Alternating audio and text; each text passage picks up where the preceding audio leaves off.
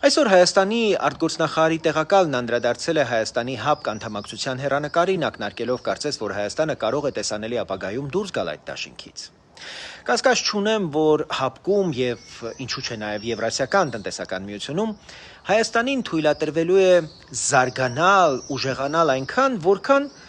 անհրաժեշտ կլինի Ռուսաստանին եւ նրա ռազմավարական դաշնակից Ադրբեջանին, ասել է, թե որքան թույլ կտան Մոսկվան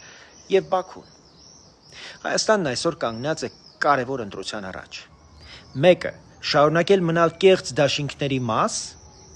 Ռուսաստանի առանցքով ձևավորված,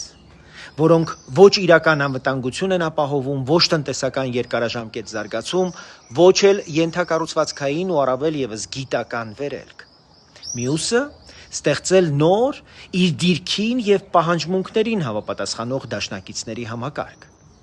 Մեր երկիրը չի կարող ապահովել իր անվտանգությունը միայն բանակի միջոցով։ Նախևառաջ անհրաժեշտ են հզոր պետական ներքին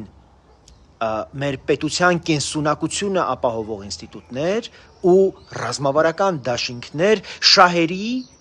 նպատակների եւ արժեքների վրա հիմնված։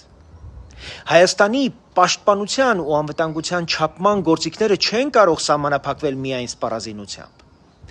Բանակի որակը